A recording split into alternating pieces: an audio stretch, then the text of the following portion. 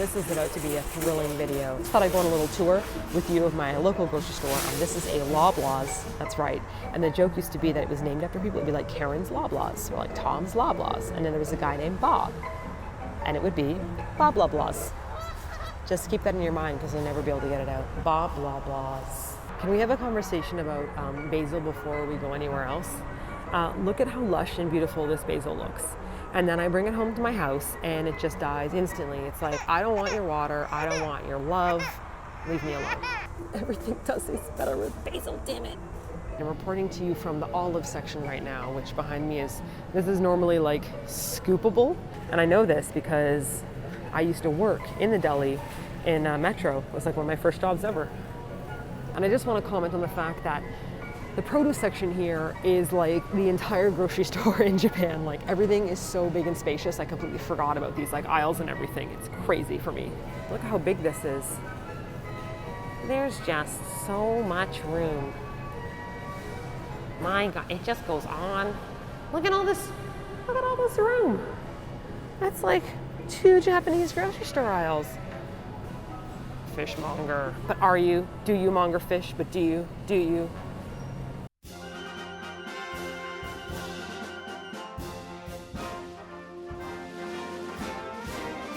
This is a bit of a Canadian bonus round for you guys. Did you know that in Canada, we use milk bags? So these are 3-liter individual plastic bags. There's 3 of them. And you put them into a jug and cut them. I know you're not used to that, right?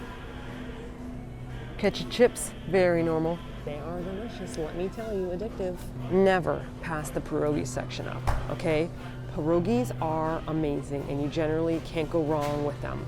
Like the more homemade you get with your pierogies, just the better they get. But even this like no-name brand club size $2.78, like $3 bag is gonna be amazing.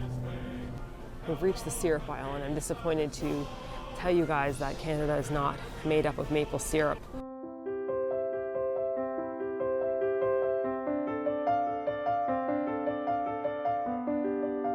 But what I want to tell you guys is it's freaking expensive, even for us.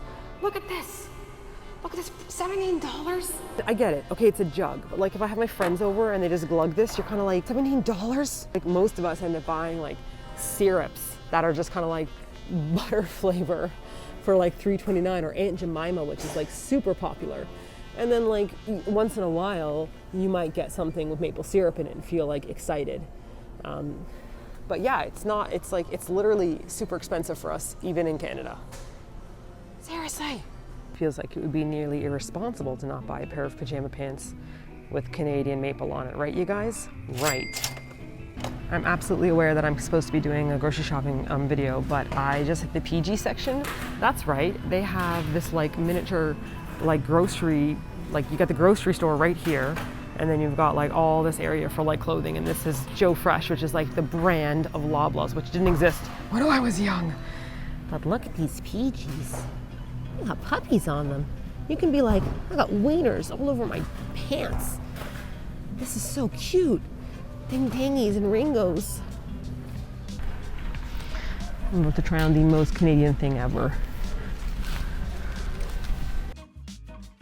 I mean, very Canadian. And if I button it up, I can probably wear it with like a skirt or something, eh? The question is if I should get baggier or not. I'm loving this ridiculous plaid. And a sale, everything's up to 50% off and it all fits me. My boobs, they finally fit in things, kind of. So this is the like super European side of Toronto. This is why you always miss lunch meats, because there's just like such this massively amazing selection of lunch meats to choose from. So when I see like one tiny piece of ham in the Tokyo department store for like $8 and I see this amazing selection in Toronto, it's pretty rough.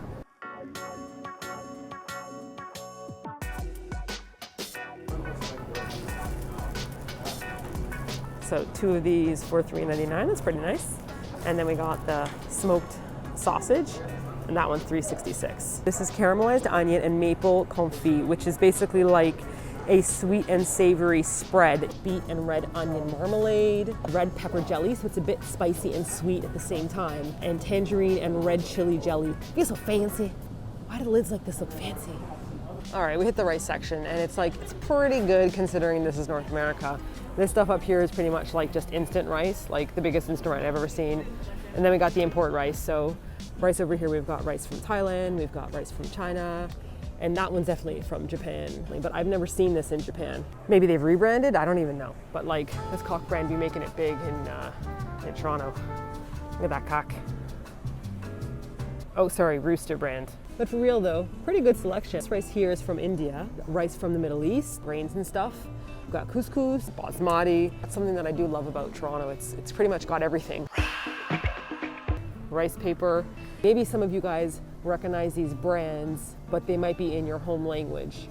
Because I remember the first time I saw like a Korean noodle in Canada and it was written in Canadian and I was like, what's going on? Canadian, it's written in English, Martina. I'm gonna grab myself a microwave dinner. I'm gonna get a chicken tikka masala. Of course, there are like a ton more choices. Like when I used to work at Starbucks, I'd always get these like rice steamer bowls and stuff. And now they have these kind of like funky looking ones with like egg and goat cheese scramble. Like this looks like gourmet. But you know, I love microwave dinners in Japan. So I've gotta compare, right? I can try them all again and compare them to the Lawsons. Lawsons, it's you versus frozen microwave dinners. We'll see who wins, ding ding. This is a craft beer section.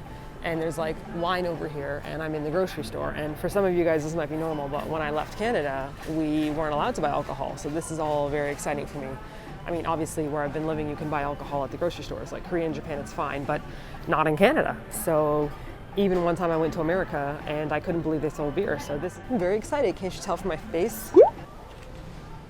It feels like it would be rude for me to not get this beer.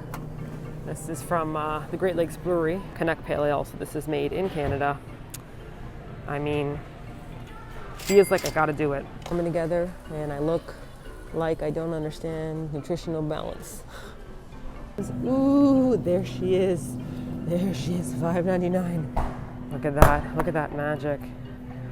Oh my God, it's so bad for you. I don't know if I should buy this. No one's gonna wanna eat this and I'm gonna eat it alone.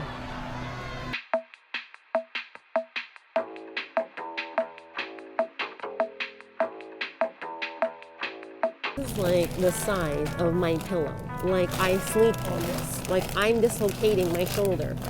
Like I get it, family size. But I mean, that's just so big.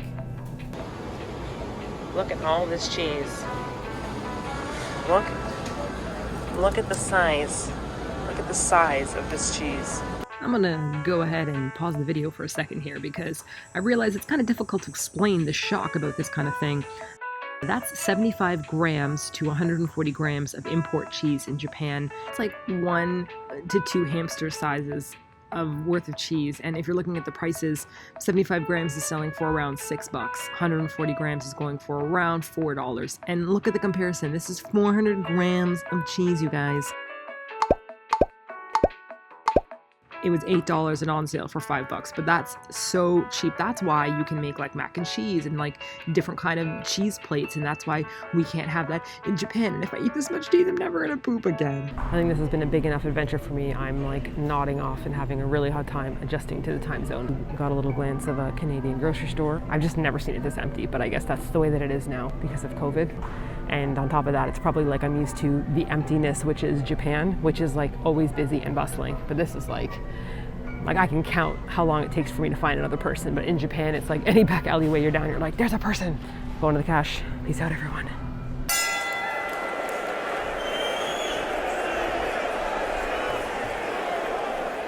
I was actually really curious about what this is going to taste like. So this is chicken tikka masala. It's made with basmati rice, and this is what it looks like now. I gotta say, this looks pretty good for a microwave dinner. It was 7 minutes in the microwave. The basmati rice is actually like, it's very fluffy. Like it has that kind of texture that you should have when you have Indian rice. I haven't tried this, I'm just giving it a stir up. Like you just kind of push it with your fork and it's like super tender, kind of falling apart. This is a halal yogurt that's just like a natural one. So I'm just gonna do a couple dashes to kind of add that tartness that I'm looking for. Rice, chicken, crushed tomatoes, onions, spices. That's gonna be the secret part. Yogurt, garlic, cilantro, ginger, salt, and sugar. Let's see how this is gonna be. Accidental rhyme.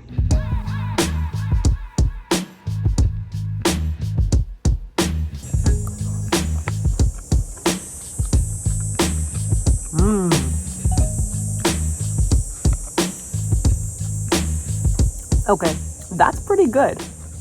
Ooh, got a bit of a kick too. Wow. I'm really surprised right now. Skin is totally fall apart. Like I shredded it with my fork in order to get it like this. It was really, really nice. And I gotta tell you, it's got itself a bit of a spicy kick. It said it's medium spice, would probably kill people in Japan.